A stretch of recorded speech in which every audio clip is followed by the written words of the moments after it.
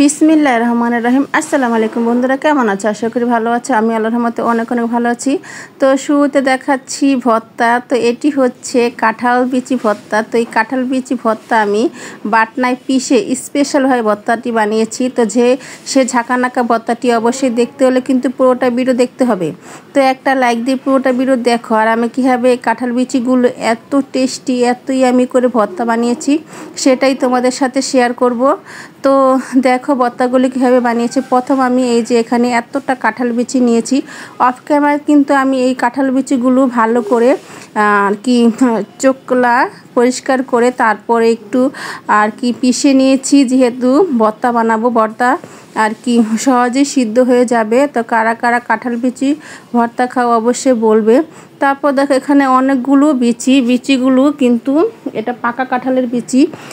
কাঁঠাল বিচি ভর্তা কিন্তু অনেক মজা, অনেক টেস্টি। কাঁঠাল দানা এমন একটা দানা, এটা দিয়ে যেটা রেসিপি বানাতে কেন সবটাই কিন্তু অনেক মজা হয়।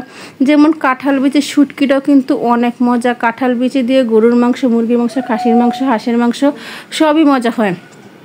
তো আমি কখনো কাঁঠাল বিচি দিয়ে এত রেসিপি বানাই নাই। অবশ্যই একবার ট্রাই করব। সবার মুখে শুনি কাঁঠাল বিচি দিয়ে গরুর মাংস অনেক মজা, খাসির মাংস। তো ভাবছি একবার হাঁসের মাংস দিয়ে আমি কাঁঠাল বিচি বানাবো, একটা রেসিপি বানাবো, তোমাদের সাথে শেয়ার করব। তো দেখো আমি কাঁঠাল দানাগুলো একটা পাতিলে বসিয়ে দিয়েছি। এটাকে আমি লো হিটে সিদ্ধ করে নিব। তো দেখছো কি সুন্দর একটা বসিয়ে দিয়েছি কাঁঠাল বিচিগুলো। তো কাঁঠাল বিচি ভর্তা কিন্তু অনেক টেস্টি, অনেক মজাদার হয়। যারা খেয়েছো তারাই বলতে পারবে, আর যারা না খেয়েছো তারা কীভাবে বলবে। তো যারা না খেয়েছো অবশ্যই কমেন্টে জানাবে। আর একবার হলো বাসায় কাঁঠাল বিচি ভর্তা বানিয়ে খাবে, দেখবে কতটা টেস্ট, কতটা মজাদার।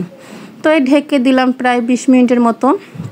তো এটাকে আমি লো হিটে দেবো, কেন এখন আমি আমার মেয়েকে নিয়ে যাব স্কুলে। আমার মেয়ের পরীক্ষা চলতেছে, এজন্য লো হিটে দিব। যেহেতু লো হিটে স্কুলে যাব, জালটা কমিয়ে না দিলে গ্যাসটা বেড়ে কাঁঠাল দানাগুলো পুড়ে যাবে আর আমার রেসিপি হবে না। তো এখন আমি স্কুলে চলে যাচ্ছি। তো এসে তোমাদের সাথে কাঁঠাল বিচি ভর্তাটা বানাবো, শেয়ার করব কীভাবে কাঁঠাল বিচি ভর্তা বানাই।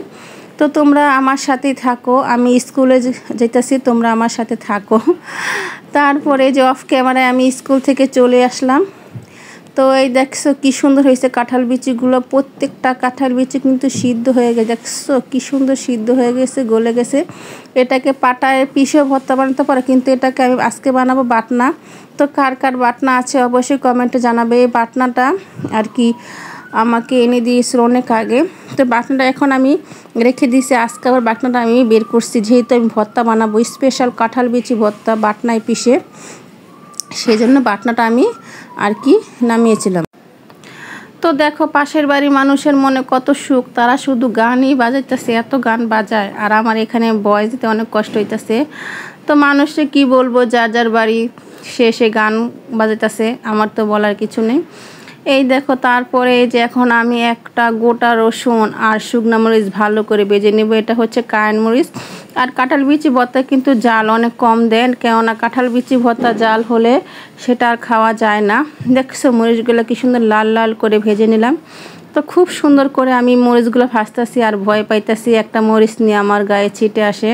আর রসুনটাকেও ভয় পাইতেছি। তো রসুনটা আমি আরেকটু ভাজবো, মরিচগুলো আমি তুলে নিব, মরিচটা ভাজা বেশি হয়ে যাবে।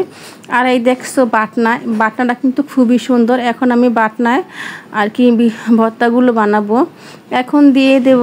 দেখছো বাটনাটা কি সুন্দর, খুবই সুন্দর। কিন্তু বাটনাটা আমার কাছে অনেক পছন্দ বাটনাটা।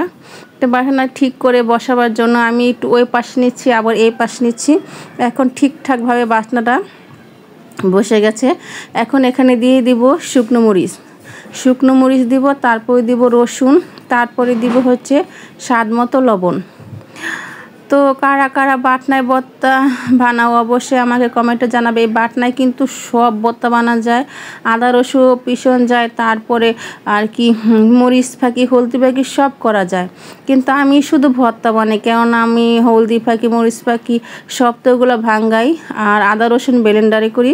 তো আমি বাটনাটা কিনছি আমার শখকে, কারণ আমার খুব ভালো লাগে বাটনা। এই বাটনা সম্ভবত যশোর, তারপরে অনেক অঞ্চলের মানুষ এটা ব্যবহার করে, এখন আমরা ব্যবহার করতেছি। তারপরে দেখো রসুন দিয়ে দিলাম, গোটা রসুনটাকে আমি আর কি কোয়া করে দিলাম। তারপরে দিব লবণ, স্বাদ মতো লবণ দিবে, যা যা আর কি পরিমাণ লবণ খাও, কেউ একটু লবণ বেশি খাও কম খাও, যার যার ইচ্ছা সে আবার লবণ দিব।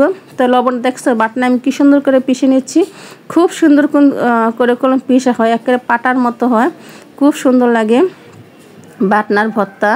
যারা যারা বাটনার ভর্তা খাও তারাই আর কি, অনেক অঞ্চলের মানুষ বাটনায় ভর্তা খায়, সব ওরা বাটনায় সব করে। আর আমি শুধু বাটনায় আছে কাঁঠাল বিদানা ভর্তা বানাইতেছি। এত মজা হয়েছে, এত মজা হয়েছে বলবো কি তোমাদের, অনেক ইয়ামি টেস্টি হয়েছে। তারপরে দেখো কাঁঠাল দানাগুলো কিন্তু সিদ্ধ হয়ে গেছে, এখন এটাকে আমি ভালো করে বাটনায় পিষে নেব। দেখছো কি সুন্দর করে পিষতেছি, খুব সুন্দর করে পিষে নেব। আর দেখবে ভর্তাটা কি সুন্দর হয়েছে, একটা কালারটা কি সুন্দর। কাঁঠাল বিচি ভর্তা কিন্তু অনেক সুস্বাদু, অনেক টেস্টি, অনেক মজা।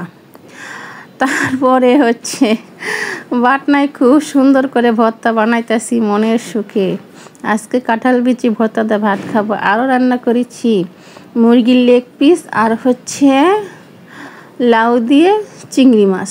তো কারা কারা লাউ দিয়ে চিংড়ি মাছ খাওয়া অবশ্যই বলবে। আমি একটু সামান্য পানি দিলাম, এখানে আমি পানি বেশি ব্যবহার করব না, ওই একটা পেঁয়াজের রসে আমি ভর্তাটা বানাবো, তাও একটু পানি দিলাম। তোমরা চাইলে পানি নাও দিতে পারো, পানি বেশি পানি দিলে কিন্তু ভর্তাটা পানি পানি হয়ে যাবে, তখন আর খেতে ভালো লাগবো না। তারপর দেখছো কি সুন্দর করে পিষতেছি মনের সুখে, শুধু পিষতেই আসি, খুব ভালো লাগতেছে। আবার একটু পানি দিলাম। তারপরে ভর্তাটা কিন্তু অনেক মজা হয়েছে, অনেক টেস্টি হয়েছে। আমি আমার পরিবার সবাই তো এই মাংস ফেলে এই ভর্তা দিয়ে ভাত খেয়ে নিয়েছি, এত মজা হয়েছে। তারপরে এই যে এখন এখানে আমি আর কি 3 টুকরা পেঁয়াজ নিয়েছি, সবগুলো পেঁয়াজ দিব। পেঁয়াজ দিলে কিন্তু ভর্তার টেস্টটা দ্বিগুণ বেড়ে যায়। তারপরে দিব সরিষার তেল দিলে আরও ভর্তা টেস্টি হয়। তারপর এখন ভালো করে আবার ম্যাশ করে নেব সবগুলোকে, সরিষার তেল। দেখছো হয়ে গেছে আমার বাটনা স্পেশাল ভর্তা। তো দেখছো কি সুন্দর আমার বাটনা স্পেশাল ভর্তা রেডি।